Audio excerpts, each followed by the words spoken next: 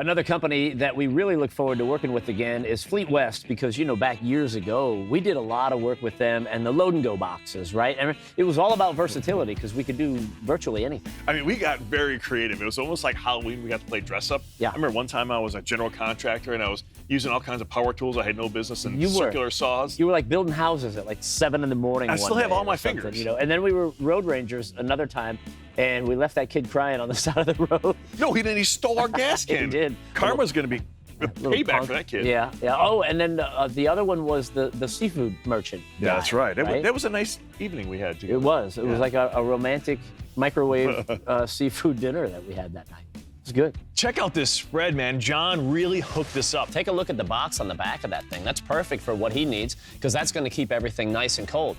And I think what I'm really looking forward to is the fact that Fleetwest has like a whole new line of new boxes. Aha, I like it. It's kind of like, what new adventures can we get into? Time to get creative.